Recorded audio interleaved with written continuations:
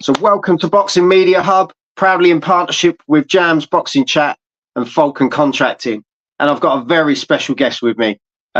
He's been around for a long time and he's still fighting strong. Top man himself is Darnell Boone. How you doing, Darnell? Hey, how you doing, man? Yeah, really good. Really good. Yourself? Oh, I'm doing good, man. You just seem chilled out, happy to be alive each day man. as it comes. You can't live your life stressed. You know what I'm saying? Yeah. You know, I always look at it like this: the things that you can control, you handle it when you can handle it, and the things you can't control, why even worry about it? Because it's gonna happen to you, whether you like it or not. It's fair enough, mate. It's fair enough. Can't argue with that, can you? But yeah, so when did it all start for you? When did you first start boxing? Because obviously you had your debut, May 2004. But when did it start before that? When did you get into boxing? Like a year before. Yeah, I only was amateur for about a year. So were you interested in boxing before then? Was that always a sport you loved, or did it just kind of happen? I ended up starting boxing, taking somebody else to the gym. Right. Okay. I was the only supposed to go in there to just watch. And then look at the career you've had. Do you know what I mean? You never would have dreamt then of having a career like you've had. Nope, I didn't go in the gym to box. I went in, like I say, I went in to take somebody else. My little brother came to my house because I had moved out the house when I was 22, and I had moved with a girl I was dating at the time, and my little brother came to the house, and he was crying about nobody would take him to practice. And I'm thinking he playing football, by me being out there in the streets like that, I knew where all the football teams played. I said, "What team do you play for?" He said, "No, I box." I said, "You box?" I said, "Where's the gym at around here?" You know what I'm saying? He's like, "It's up around the corner." But we didn't know that he was fighting until I started. He had already had a couple fights. I don't even know who even signed his permission slip to even do it. You know what I'm saying? So like, how old was your brother, Darnell? How old was he? He was 9 or 10 at the time. So he was only 9 or 10. He turned up to your house in tears because no one could take him. Yep. And so did you ever find out who actually signed the permission slip? Not to this day. I don't know who signed the. I think he had like 1 or 2 fights when I started.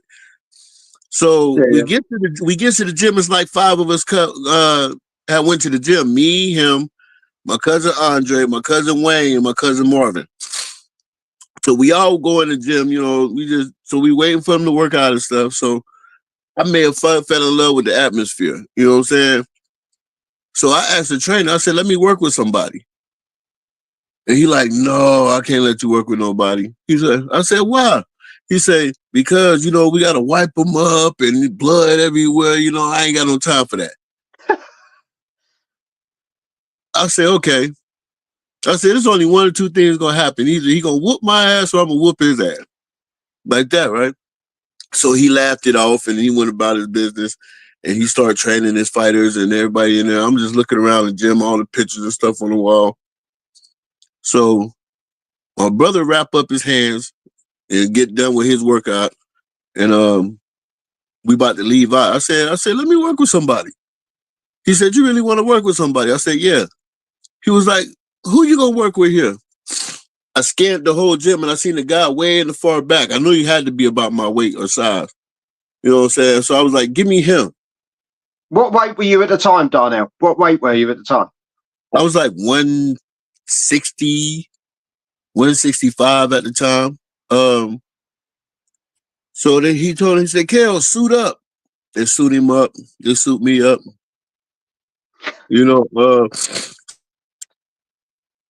The bell rang, boom. I'm talking about he banging me up. I'm talking about pretty good. I'm landing my shots, but I never controlled faults before. You know what I'm saying? So he banging me up. I'm landing my shots. So I'm talking about my nose bloody, everything, and they wiped me off after the bell had sound. You know what I'm saying? He stood in the middle of the ring, gave me a big hug, said, "Man, you got a lot of heart." He's like, "You'll do real good in this sport." So they're like, "You coming back tomorrow?" I look at the ring a little bit. I look at the trainer. I look outside for a while. I look back at the trainer, look at the ring. I said, "Yeah, I'll be back tomorrow." So what were you doing at the time then? Like, what were you doing for work at the time? Well, I had ended up getting a job with my cousin, and we was doing like places in restaurants where the stove area is at. It's these things over the stove area. Yeah. They call hoods and filters. Yeah. So I had end up start doing that, and then I was gonna start training, just to stay out of trouble. You know what I mean? So I stay away from the streets. Yeah. And look what happened. Look what happened. Look at the career. Right. What a career you've had. Unbelievable. Yes, And sir. some of the names that you've shared the ring with, some of the experiences you've had over the years. It surely you're living the dream, aren't you? Yeah, I mean, far as boxing, the thing that got me was the traveling part of it. You know what I'm saying? I was more having fun traveling. Boxing, I never even really took it that serious. Yeah. Yeah, I had fights, but stuff like that. But just to be like, okay, I'm gonna be a fighter. No, I never did that. Yeah. So what happened So to your brother then? Did your huh? brother go on to fight? No, when I turned pro, he quit. Oh, right. So Yeah, so I literally figured part of probably the God journey worked was, through him to get me out the streets. so he's basically got you to the destination you need to be at, and you've Right, taken it from there. right. Unbelievable. I hear some stories, but that's a random one, isn't it? But like Jam in the chat, he's put big up Joe and Darnell Boone. He has been buzzing for this interview, by the way. Yes, Absolutely sir. waiting to All see you. love, all love. He's put you fought some legends of boxing: Superman, Adonis Stevenson, Kovalev twice, and man, you've been in the trenches. Obviously, you don't want to say who hits the hardest out of them because you're still going in your career. I think Right. due to the commission or something, they have to suspend you until March or something like that, isn't it? It's one of those things in boxing. Well, they end up taking it down. Um, Oh, they have. yeah. So they knocked it down to 14 days That's because not it too wa- it bad then. wasn't it wasn't nothing crucial. You know what I'm saying? Yeah. Where They I just don't do know. it It to was cover just you, it was don't they? actually premature. They do it to cover you, don't they? At the end of the day, just to make sure you're not going to roll straight into the next and get hurt, basically, don't they? Right. But yeah, what's your favourite moment in boxing so far? My favorite moment. Oh man, What's kind of been like your all of them. yeah? Surely Every there's step got of to the be way one. of it, huh? There's got to be one moment that really stands out for you. No, man, because you figure I fought all the best early. Yeah, You know what I'm yeah, you saying? really, And then yeah, like most of my career was like more elite guys. You know what I'm saying? So maybe my whole career has been the best moment for me because I didn't go in the gym to become a fighter. yeah. So to make it this far with no team, no managers, no promoters, no, you know what I'm saying? To make it this far with actually just fighting, So you know, you've never had a manager, never had a promoter. You've literally done it your way from start to finish. yep. And Wow, the guys that did manage me didn't move me right. I see. But I got all my big wins when I was training myself. Well, and to be fair, the Yeah. wins you've had have been outstanding, haven't they? Yeah. What an achievement, as I say, to Yeah, have the man. career you've had and to experience, as you say, experience the things you've been able to experience. The travel, the lifestyle of being in the moment.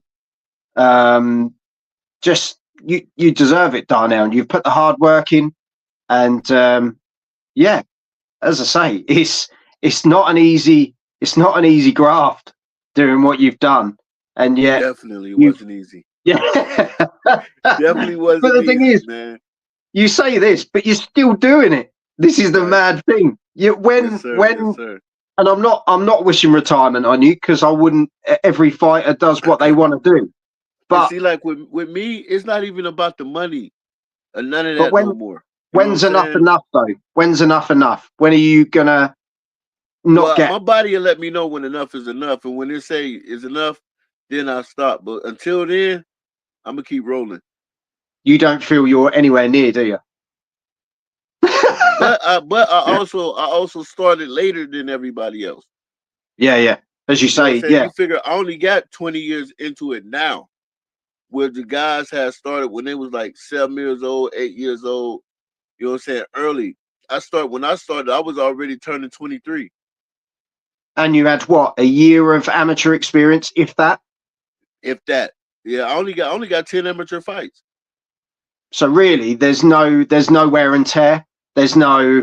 Do you know what I mean? There's no years of taking the shots, of all the sparring, of all that work, Nope. where you've just The kind only of rolled in the the only door and thing the only off thing you've that's the gone. problem is they keep wanting to fight me heavy. They don't want to fight me in my own weight class. You know what I'm saying? So everybody keep fighting me heavy. Like even like these last couple fights been at cruiserweight. I'm hurting them and I'm beating them to the punch and I'm faster than them, but they can withstand more than what I'm dishing out. So I got to work extra hard, Yeah. you know, More to energy. to to Yeah. make something happen. You know what I mean? Yeah. No, definitely. So what does 2025 then look like for Darnell? Because you've just been active. You've been constantly active and keeping busy and doing your thing. What does 2025 look for you? How many fights are you looking at having, or are you just going one at a time? I'm taking it one at a time, one fight at a I knew you time. were going to say that. You know, one fight at a time, and just keep doing my thing, man. Because that's what I haven't had was the consistency since like the beginning of my career, like the first year or two. You Yeah, know what I'm saying? When I was fighting regularly, you know what I'm saying? And then yeah, going yeah, into my career, it like slowed down once yeah, they found out I could actually fight a little bit. You know what I'm saying? yeah. So But I now think that happens, where it's doesn't it? more consistent, where now I got to stay ready because fights is coming up and everybody want me on their card. Now it's like, okay, I got to get down the weight. I got to stop fighting heavy. You know what I'm saying? And I got Yeah, to do everything that I need to do to get all the way right. yeah. No, definitely. And Jam has said your win over Philip Jackson Benson, TKO sixth, was impressive. Didn't he just fight David Benavides not too long back? And you just it just makes your record look even better, doesn't it? Yeah. Like they always go on resume and it's the guy that's actually fighting. You know what I'm saying? That's doing the fighting. Yeah. You gotta look at the style. And like they say, styles make fights. Yeah. Sometimes it be a bad matchup. Yeah. You know, and with him being a flat-footed fighter like that, yeah, he was big and he was strong, but by him being flat-footed and me being the mover, he was bound to get caught with something at some point. Yeah. And didn't you hand Willie Monroe Jr. his first pro loss too, if he Right. remembered correctly? Yeah. You've caused a lot of upsets, haven't you? Yeah, You're not, man. Hey, but you know. it was a gift and a curse though. You know, because Hang on, you know who you're sounding like now, don't you? Who always comes out with that sentence? Deontay Wilder. Always, he says it's a gift and a curse to have the yeah, power, because but it comes and goes, doesn't it? yeah, but it's kind of gift and a curse because now when you start beating guys like that, they throw a monkey wrench in the situation. You know what I'm saying? Yeah. and derail the whole thing. Now they start overmatching me. Yeah. You see what I'm saying? Then Yeah. I beat that task. Now they put in the okay, The we next got to one catch up. them out of shape. The next one up. Yeah. Yeah. Yeah. Right, you know what Exactly. I'm saying? Yeah. We can't stop him now. We got to, you know what I'm saying? We got to catch him out of shape now. So now they calling me last minute. And I know I got to take that fight at that moment because if I don't, I won't fight. When's the next one? Yeah. Yeah. Right. No, You know what I'm I saying? understand you. So they Yeah. figured it out. You know what I'm saying? We got them now. You know what I'm saying? And I didn't care, you know what I'm saying? Yeah, we make the money in the midst of everything, but I like to fight. You know what I mean? And it ain't that y'all just beating me because y'all just that better than me. It's the politics that's beating me. You know what I'm saying? Because I'm actually beating y'all. You know what I'm saying? But the money is with you guys. You know what I'm saying? So of Yeah. course they're Yeah. not gonna let the money pot get upset. Well, this is it. This is it. And sometimes they're not going to risk putting someone against you because you Right, can upset the long term plan. And I right, think that's right. a lot of the politics, like you say.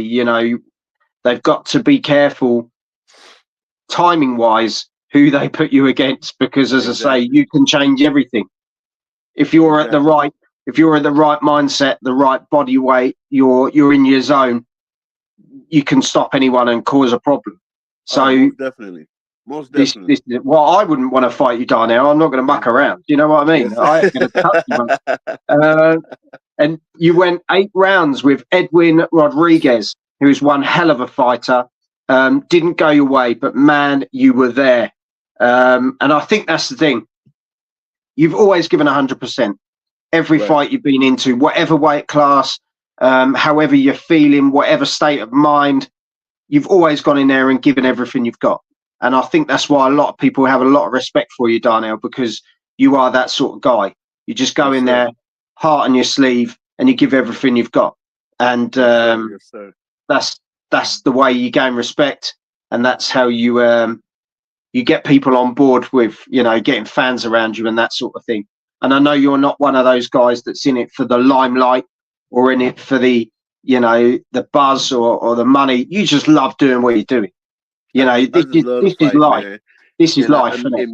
meet different people along the Yeah, way, and like I love the fans, you know, because if it wasn't for the fans, none of us will be where we are. You know yeah, what I'm yeah, saying? They spend their hard earned money to, sometimes they're last to come to the fights and see us, or either pay to see the pay per views or the fights that's on TV on the zone and different stuff like that. So to deny them a autograph or deny them a picture or a hug, you know what I'm yeah, saying, or something like that. yeah, I feel some of the fighters is just they buttholes for that. yeah. No, I And that's what I understand. do. I do it for the hardworking dudes that haven't tried football when they wanted to, or haven't tried boxing, or whatever sport that they love that they never did. I do it for those type of people. Yeah, yeah. As I The say, I hard know. the hard working stiff. You know what I'm saying? That never got a shot to do what they do or wanted to do. Yeah, no, as you say, it's about the fans as opposed to what I was trying to say is it's about the fans as opposed to the fame, isn't it? It's not about the popularity. It's about giving something back, Right, giving something back to those who have given you a lot. right, You know, right. and yeah, as I say, it honestly, I could talk to you all evening. It's an absolute pleasure to have you on. Oh, Um, thanks, man. No problem, man. Thanks for having me on. but before you go, you're not getting away that easy. Beterbiev versus Bivol, not too far away now. Right. What a fight! Um, who do you see winning out of Beterbiev versus Bivol? Um, the first one was pretty good, and You if said if that. You said that so casually. Then yeah, that the first was one a was nice pretty fight. good. If Bivol can't if he can't sustain that movement the whole fight like he did last time, it might end up the same result Yeah, yeah. because he got going into the later rounds. He got stationary and started getting hit more, Hmm. and people didn't even really. I don't think people really was looking at the fight with the little shots that Better BF was hitting them with Yeah, in combination form. You know what I'm saying? It was yeah. like little shots here and there. You know what I'm saying? That was landing, and that's what And I think constant kept him up pressure. on the card. When it constant pressure as well. Right, He didn't take his foot off the right, accelerator, did he? He was constantly on him, right. constantly going for Bivol. Yep. I think And it's he going to be and a he, and he cracking was fight. hitting them with little shots here and there. Yeah, yeah. Even he was throwing his jab, he was hitting with little shots here and there and in the inside and stuff like that. So I don't know. It's gonna be a good fight, man. Yeah, it's definitely one for the fans, isn't it? Definitely. Most definitely, most definitely. I like good fights. Yeah, You know, yeah. and that's what you get when you have the best fighting the best. You know what I'm saying? You get great fights, and it unfortunately or unfortunately somebody got to take a loss This is it. because that when you fight in the better competition. I mean, the loss ain't just the end of the world. You know what I'm saying? But that's what happens when you fight the best competition. Well, You yeah. take losses. And It like is and what like it is. It's nothing like we've big. It's heard with nothing the about it. like we've heard with the UFC, Right, you know, the best fighting the best. It doesn't matter right, whether you've got 3, 4 losses. People want to see that fight, and that's right, what they right, pay to see. And that's the model we really want in boxing, isn't it? Forget right. the O, just get in And then there and give it. the little guy can fight the big guy. You know what I'm saying? Yeah, And that's it. You know, but I don't know. I think they watered boxing down a little bit too much now. You know what I'm saying? And everybody is worried about losing the O or don't want to fight the guys that want to fight them, and hmm, they done turned into a baby sport. You know, where all the elite guys is getting babied and they're like getting spoon fed. Nobody really want to be the best no more. It's all about a dollar, and I get yeah. it. But who wanna leave out with their legacy? You know what I'm This is it. saying? Was like, okay, but that guy right there was a monster. You know what I'm saying? Yeah, They don't care no more. They just everybody want to leave out like, oh, okay, I made X amount of dollars. Yeah, you made X amount of dollars because you fought poop but here, poop but there. yeah, You know what I'm 100%. saying? Yeah. That's why you made X amount of dollars. Not knowing that when you fight the better guys, that's when the more money comes. Well, someone summed it up well for me the other day when they turned around and they said Muhammad Ali didn't retire unbeaten. Right, Look at the fights he was in. Look at right, the moments he had. He didn't have, you know, some of the best moments were even when he had his losses because he just went in there and he was in the right, moment and he gave everything. And I right. think that's when we realise a legend, isn't it, in the Yeah, sport is when they I'm put I'm everything out there. I'm glad I didn't have the easy road. You know what I'm saying? You, Yeah, you, it was anyone treacherous who says, sometimes, but I'm glad if I could do it all again, I would do it all the same way. I don't think anyone can say you've taken the easy road at all, Darnell. I Look didn't at you. have the easy route since the amateurs because where I live at, you had to go. Well, now they changed it, but when you was amateur, you had to go open because of your age, and open is you got to fight the better fighters. Yeah. Because I was grown already, I had to fight the guys that was already made it to the Olympics or already won this tournament or that national tournament and went to these pals and all of that. So I was fighting those guys coming out the gate. So Hmm. I never had an easy career at all. No. Starting from my first fight. My first fight in the amateurs, the guy had 50 fights. I had 0. I beat him, but it was hectic. Yeah. It was I bet hectic. that I bet that put a target on you straight away, didn't it? Man, I was like, okay, I maybe this is gonna be a long haul. Yeah. Well, right before we go, you even took a round from Lara back in 2009. Look what Lara has gone on to do. And I think that says it all. You are you're just an absolute gentleman, Darnell, and it's been a pleasure having you on. And much love, bro. Thanks for having me. Honestly, I really appreciate it. Someone who's been in the ring with some of the toughest guys and never took the easy route, always just did, took the fight. There was never a moment you just went for it and you've given everything. And do you know what? I wish you all the best with however long you've got left. Yes, sir. I pray that you come out safely and healthy, and that's all that matters, and I just hope you continue to have a cracking career and come out when the time's right for you. Most definitely, man. That's the main thing. But before you go, if you could have had one dream fight in your prime, one dream fight, who would you love to have had a fight with? I fought all of them. Surely there's got to be one that you think I'd love to have had a... I fought everybody.